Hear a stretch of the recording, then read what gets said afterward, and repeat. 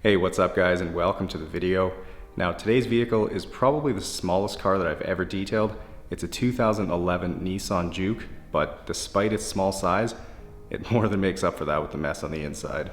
Now just before we get to the inside, I'll take you around the exterior real quick, and as you can see, it's not in horrible shape, but definitely has a fair amount of dirt on it, some really dirty tires, and of course a tree branch hiding in the windshield cowl. And moving to the inside now, and with this being a smoker's car, there's a ton of ash all around the vehicle. But not only that, the car is absolutely packed full of garbage front and back, and even has a small rock quarry in the driver's footwell. But just before we dive into all that garbage, take a second and make sure you're subscribed to the channel and that you've got the bell on so you never miss out on one of my future videos. All right, well, I've got the pressure washer ready to go, and it's time to get started on transforming this car. So as always guys, sit back, relax, and enjoy.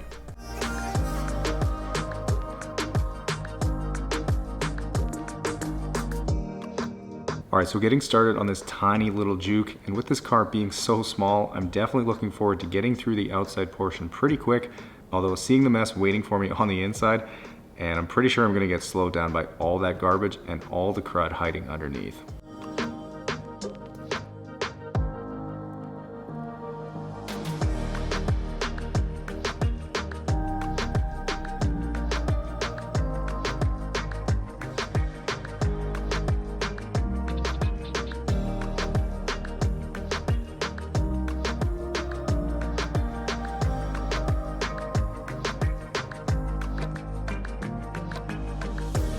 Now as I spray off the back here, where I usually remove the license plate for privacy and because it's just easier to clean behind it, you can see it's still on, and that's simply because both screws were completely stripped, and despite my best efforts, I just wasn't able to get it off. So not really a huge issue, but just figured I'd give you the explanation since I know some of you would want to know.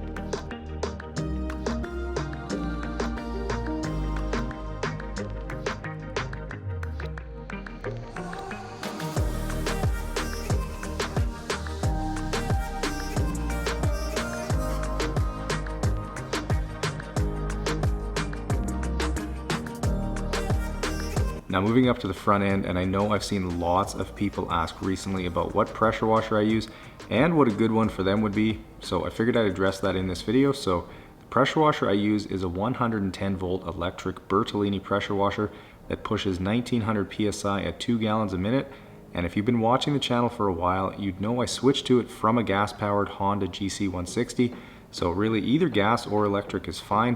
The biggest tip I can give to anyone looking to buy a pressure washer is to look at the PSI and the GPM of the unit. It's not always just about the PSI, but looking at them both will tell you what the cleaning power is of the unit, and as a rule of thumb, you don't want to get any closer to the paint than you could your own skin. So if you're using a wide angle tip like I do, you can absolutely safely use higher PSI machines on vehicles with no issue.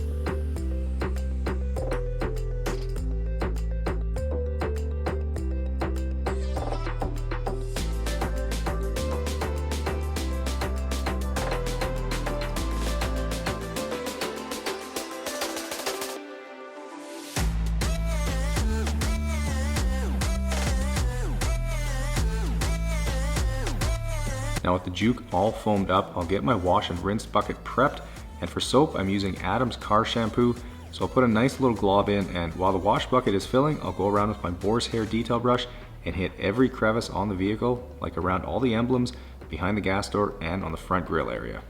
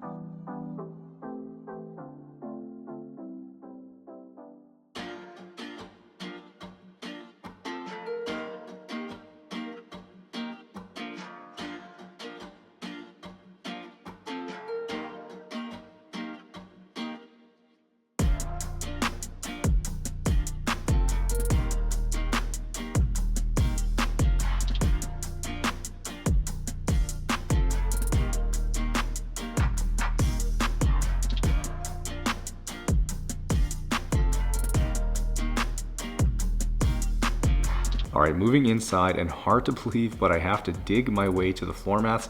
So I'll get all the obvious garbage tossed, personal items set aside, and for the dozen or so empty Red Bull cans, I'll make sure to recycle those.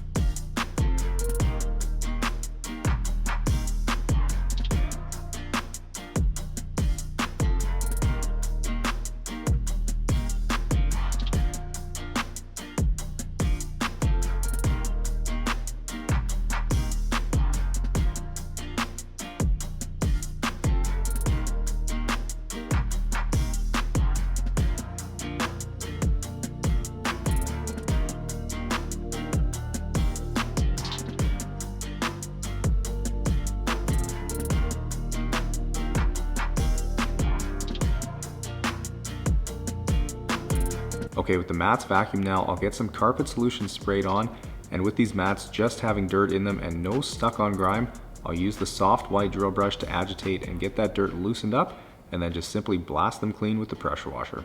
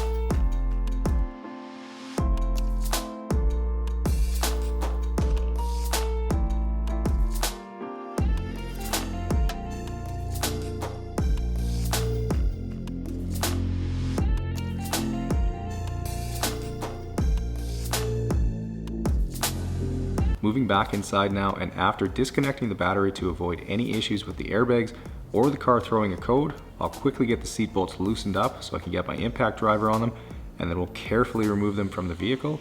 And I'm also going to go ahead and remove the whole center console too, as I can tell there's quite a bit of ash and grime hiding underneath.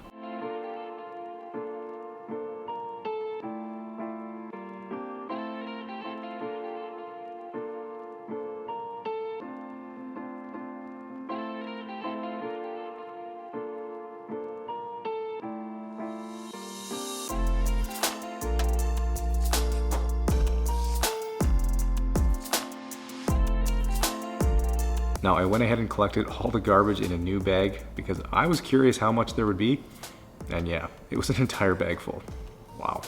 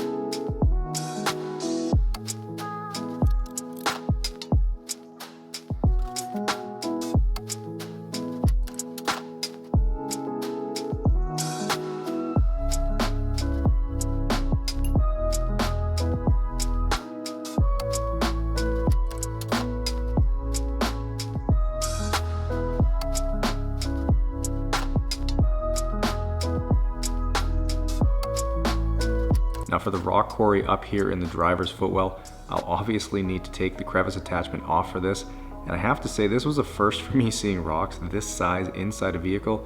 So one of the things I'm always wondering when I'm detailing is how exactly vehicles end up as dirty as they are. I'm always curious to know the story behind the mess, and this was no exception.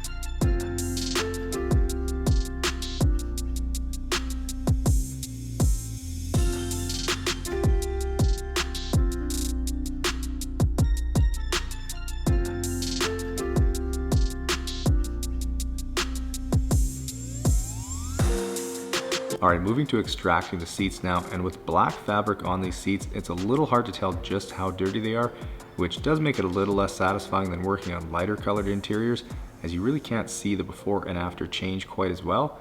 But either way, I'll still be watching the color of the water coming through the extractor, and I'll only stop when it comes through clear, meaning the seats are perfectly clean. And if any of you were wondering why I didn't do an ozone treatment in the car to help with the smell, it's simply because it's going to be exposed to smoke again, probably the second the car is picked up, So it really just didn't make any sense to spend time and resources on doing that.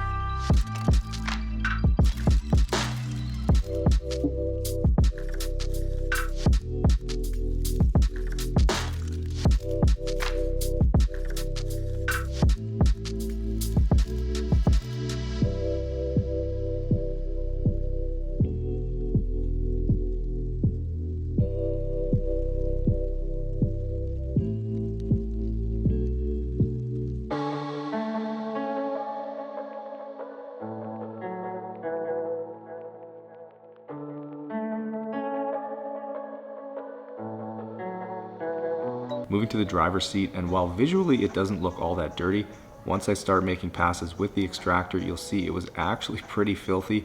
And if you're wondering what extractor I'm using here, it's Abyssal Spot Clean Professional, and is a unit that I would highly recommend for anyone who might have dirty carpets or seats in their vehicle, as it's easily the best one on the market at its price point and does a phenomenal job on even the nastiest interiors. So if you're interested, the link is in the description for you.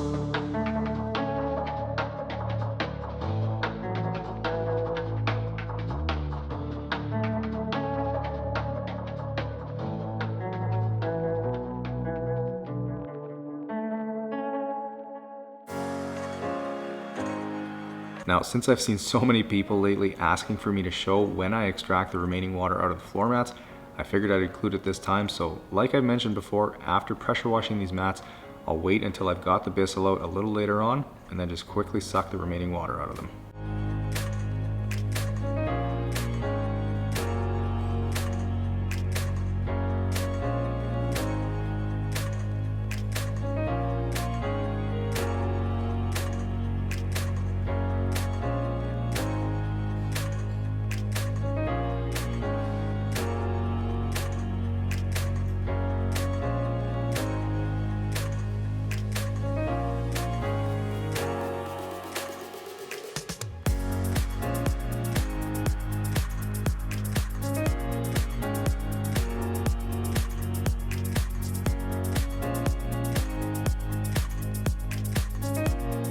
Here's all the dirty water pulled out of the Juke.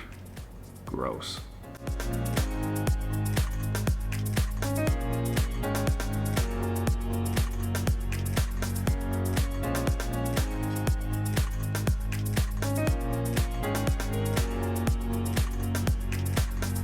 Now to tackle all the grimy areas like on the shifter here, I'll bust out the steamer and also use a boar's hair detail brush when necessary. And one thing you'll always see me do is move the shifter through all the gears, which ensures I can get at all the grime that accumulates when the vehicle is in drive. And while I work my way around the interior, I'll also make sure to wipe down the air vents underneath the seats, even though that's an area the customer is likely never to see.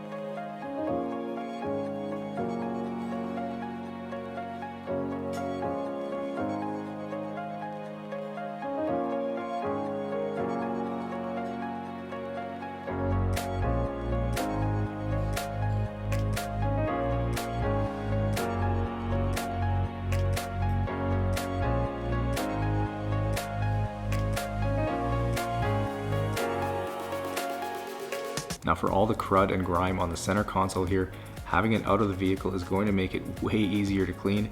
So I'll first start by blasting away any of the really stuck on crud in the crevices, and then I'll switch to the brush attachment for any of the flat areas, rinsing it with water after, and then simply drying it with a microfiber towel.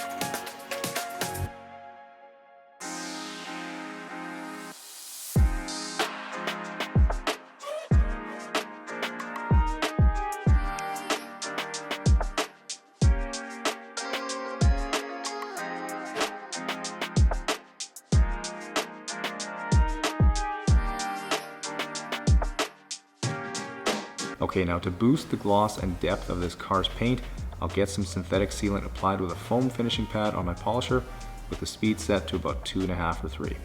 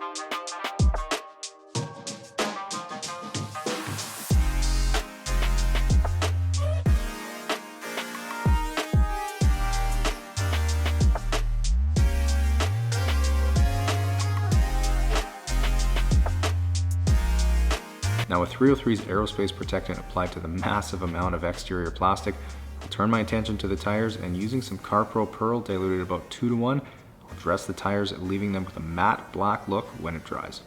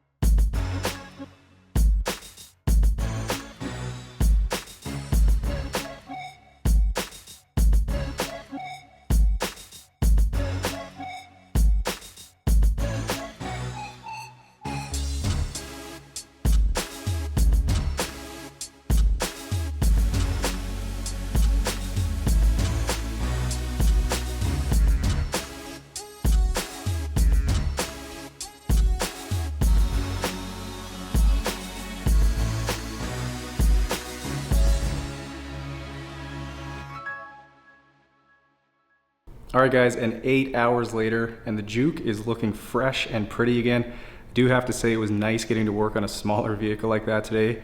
Let me get through it a little bit quicker, so can't complain.